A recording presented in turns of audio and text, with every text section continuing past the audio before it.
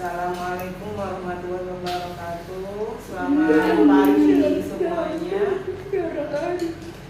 Hari ini kita ketemu lagi untuk belajar mengenai pendidikan tunarungu dan tunawicara. Ada tulisan dibagi jadi beberapa. Ada berapa? tiga. Ada tiga. Apa? Ada tiga. Tuli ada tiga. Yang pertama.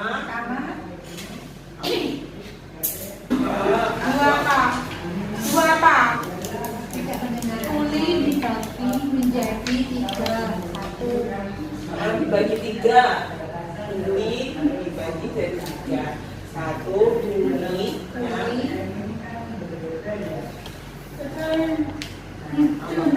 Bola. Oh benar. Ya. Yang kedua, Tuli Rita. Tuli berat. Oke, terus tiga. Berat. Sudah benar. Yang berat. Oh ada 5. Ada berat. Rita. Ringan. Rita. kalau ini, nah, kalau yang ringan,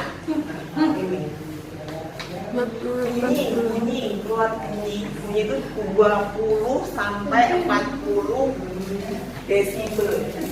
Kalau yang ringan,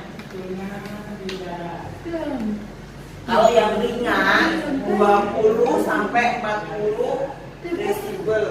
Kalau yang sedang berapa? Berapa? 1 sampai 50 dB. 40 sampai 65. Kalau yang sedang. Nah, kalau berat 95 ke atas.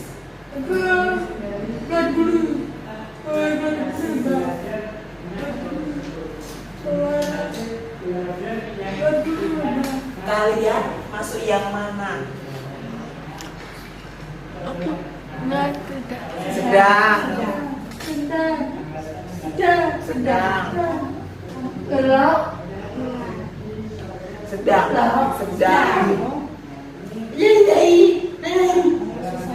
Oh, susahnya sedikit. Yang belum paham, yang belum paham sedang. Apa? Yang mana? Tuli dibagi jadi tiga.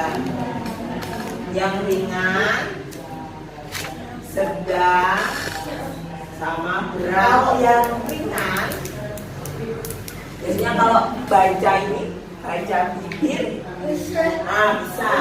Baca ini, nah, bisa. Kalau yang ringan kalau yang berat, baca tidaknya bisa. Sudah agak susah baca. Ya sudah agak susah. Kalau memang yang berat itu nggak bisa biasanya. Baca ini sudah nggak bisa bikin. Itu tadi berdasarkan dibagi jadi tiga itu berdasarkan tingkat kehilangan pendengarannya. Kalau ada lagi yang kedua yaitu secara anatomis itu berdasarkan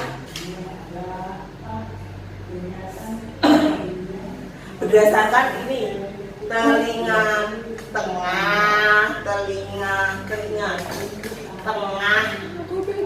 kan ada depan, tengah, belakang, telinganya secara anatomis. Yang pertama itu namanya konduktif. Yang pertama konduktif. Yang rusaknya, nah, itu yang telinga luar.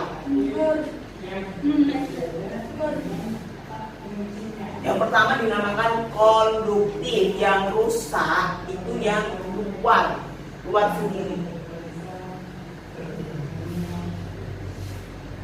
Kalau yang luar itu rusak, suara itu nggak bisa masuk.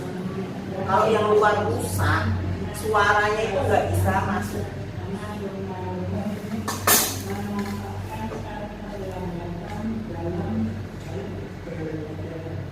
Yang kedua namanya sensori neural. Sensori yang rusak telinga yang bagian dalam. Yang rusak itu yang dalam telinganya. Nah, fungsinya telinga bagian dalam itu mengirimkan suara atau pesan ke otak. Arahnya ke otak. Jadi kalau yang dalam telinga dalam itu rusak, pesannya suara nggak bisa masuk ke otak, nggak bisa masuk ke otak. Yang ketiga ada gangguan pada saraf pusatnya.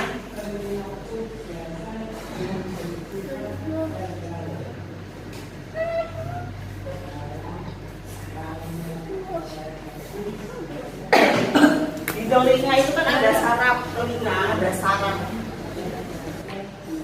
saraf di pusat itu rusak.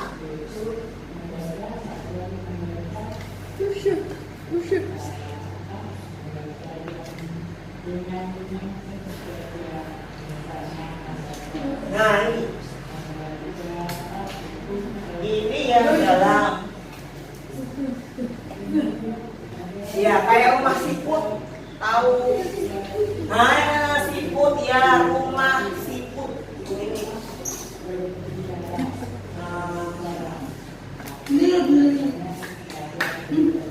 Ini telinga yang luar, yang luar tadi. Nah, yang luar. Ini keluar.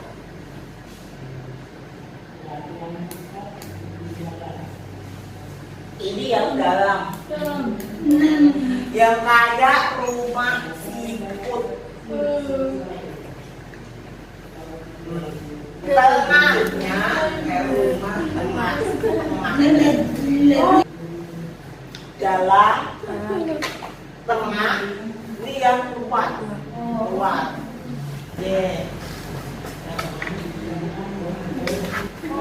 Kalau yang kaki itu tingkatan. Yang pertama itu tingkatan. Kalau ini A, N, A, T, O, M, I, S anatomis. Beda. Penyebabnya apa? Penyebab tuli. Waktu lahir apa? Tuli. Oke. Dibedakan jadi penyebab tuli dibedakan jadi 3. Prenatal, sebelum lahir ya, sebelum lahir. Yang kedua waktu melahirkan. Yang ketiga sesudah lahir. Jadi dibagi menjadi 3. Waktu sebelum, kedua waktu lahir, yang ketiga waktu sebelum lahir. Penyebabnya apa? Yang pertama gen keturunan. Contoh misalnya ayah ibunya tuli, nanti anaknya lahir, anaknya bisa tuli. Contohnya gen itu namanya gen, ataupun itu namanya gen atau hereditas.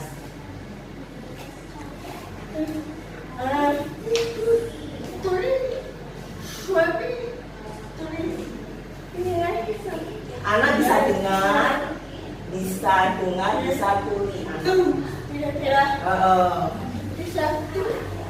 Beda-beda, jadi anaknya bisa dengar, bisa tulis.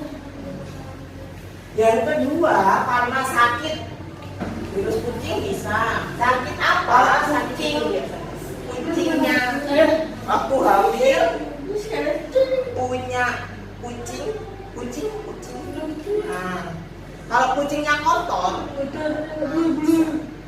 ya hamil tuh bisa, nanti lahirnya bisa masuk ke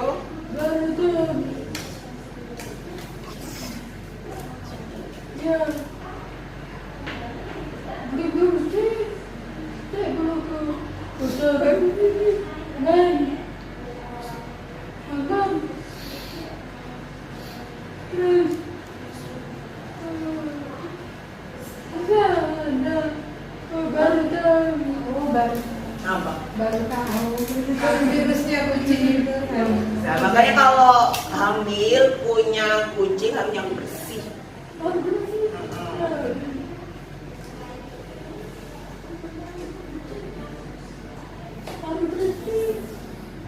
Yang ketiga, bisa karena minum obat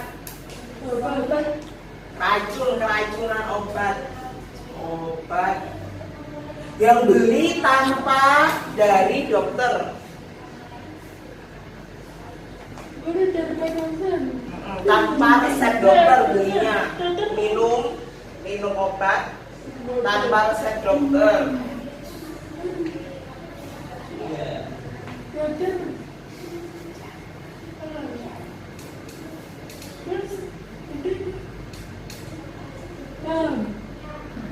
Sudah paham semua?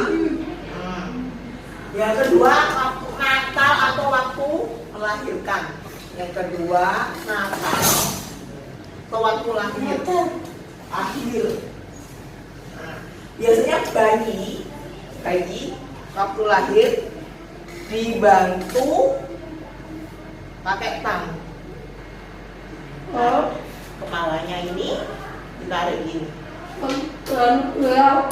Bukan kepala. Kan bayi lahir itu yang pertama keluarnya itu kan kepala.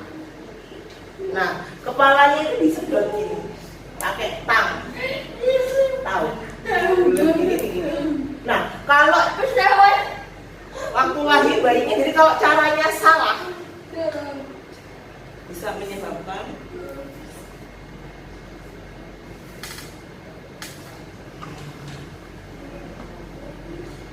terus yang kedua prematur, bayinya prematur.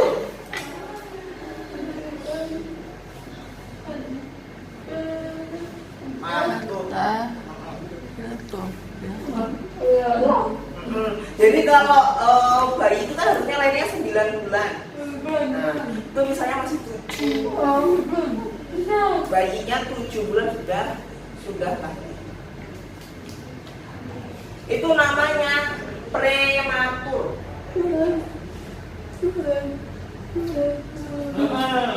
Masih kecil. Bayinya masih kecil. Bukan yang 9. Ini masih 7 bulan sudah lahir, bayinya kecil. Kecil.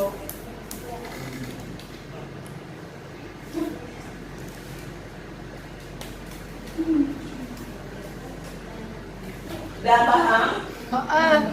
Yang ketiga, postnatal atau bayi sudah lahir.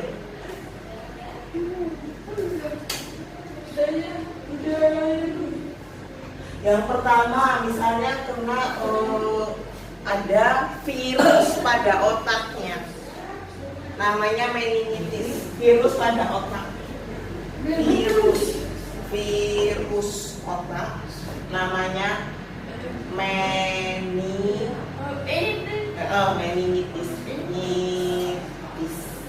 Virus masuk setuli. Atau misalnya anak jatuh.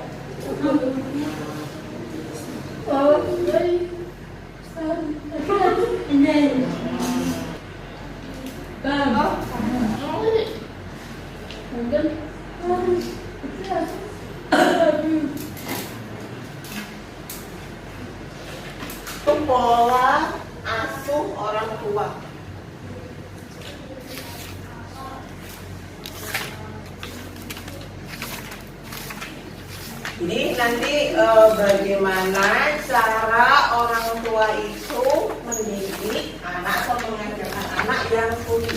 Caranya seperti apa? Ada beberapa jenis orang tua.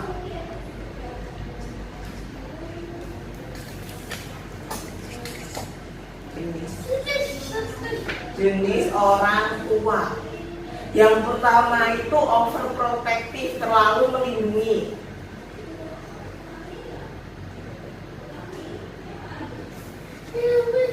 Nah, contohnya apa? Misalnya, contohnya apa? Kalau orang tua terlalu melindungi anak, anaknya nggak boleh pergi sendiri, itu nggak boleh. Ini dianggap ke sekolah, pergi main, ditungguin orang tuanya, nunggu anaknya main. Gitu. Terus kemudian dibantu terus-terusan, anak dibantu. Efeknya apa? Dampaknya apa ke anak? Anaknya jadi penakut, nggak berani sendiri, jalan sendiri nggak berani, main sendiri nggak berani. Cara belajar apa-apanya itu jadi nanti kalau kalian sudah lulus kan kerja. Kalau sudah lulus kerja. Kalau yang kalian yang sama terbiasa mandiri, belajar pelan-pelan. Soalnya kalau sudah lulus kan kerja. Nanti kalau pada lulus, Anda bekerja sendiri, harus sendiri. Yang lain sudah pernah pergi sendiri siapa? Kalau pulang ke rumah sendiri, naik Kapan mau pulang sendiri ke Lampung? perolehan bahasanya tuli itu seperti apa? Bahasa tuli seperti apa? Bahasa dapat pemerolehan bahasa tuli. Pemerolehan bahasa tuli. Contohnya seperti apa? Baca jalan. Anak-anak yang tidak tuli, Baca bebas. mereka itu kalau lahir kan nangis. Mereka dengan suara dari orang tua. Mereka dengar. Nah, kalau kemudian kalau tuli seperti apa? Kan mereka nggak dengar. Mereka kan nggak bisa dengar. Kalau tuli waktu dia masih bayi, cara dengarnya seperti apa? Berarti bukan mendengar, tapi dengan melihat ekspresi dari orang tua, ekspresi dari orang tua. Jadi bukan mendengar, itu lihat ekspresi dari mereka. Nantinya akan belajar dari ekspresi orang tuanya. Contohnya senang, sedih, marah. Dia lihat ekspresi dari orang tua. Contohnya nanti seperti apa?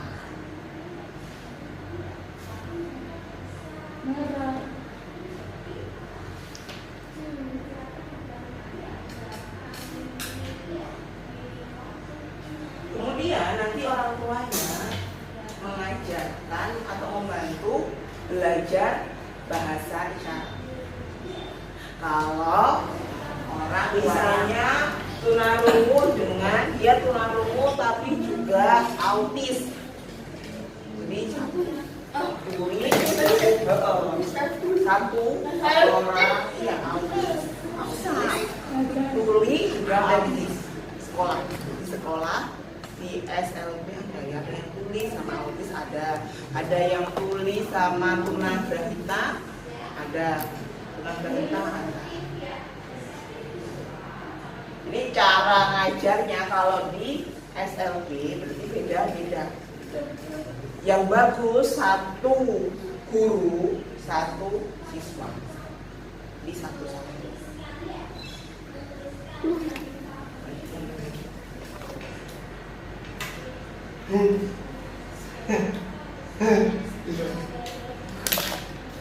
Untuk anak-anak yang saya beli itu biasanya menggunakan PPI, program pembelajaran individual. Jadi satu RPP, tahu RPP? Rancangan belajar dosen buat materi. Nah, itu satu, bukan untuk semua mahasiswa, bukan. Jadi satu dosen, satu mahasiswa. Kalau di sekolah, di SLB berarti satu guru, materinya untuk satu siswa. Karena kenapa? Karena siswanya beda-beda, kemampuan anak beda-beda. Jadi satu materi, satu dibuat sendiri-sendiri, buatnya itu sendiri-sendiri. Kalau buat PP yang belum paham kayak gini, nah, siapa saja yang masuk, yang membantu?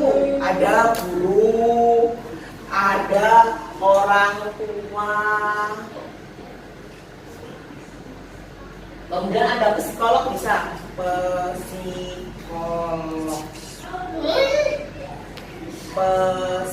psikolog yang membantu guru membuat PPI.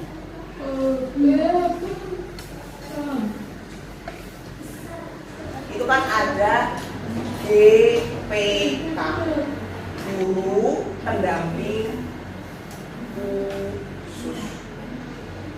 Kalau anak tuli sekolah di sekolah yang umum itu ada GPK, guru pendamping khusus. Jadi ada yang siswa yang tuli, ada yang bantu. Siapa? GPK, guru pendamping khusus. Jadi ada.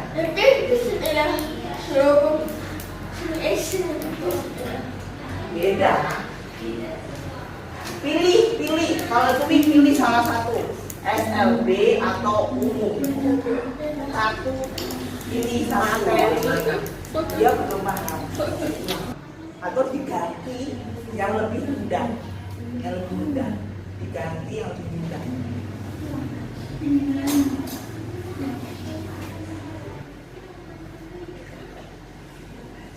Sudah? Paham? Untuk yang hari ini sudah paham. Kalau sudah, berarti materi untuk pendidikan tunarungu sama tunawicara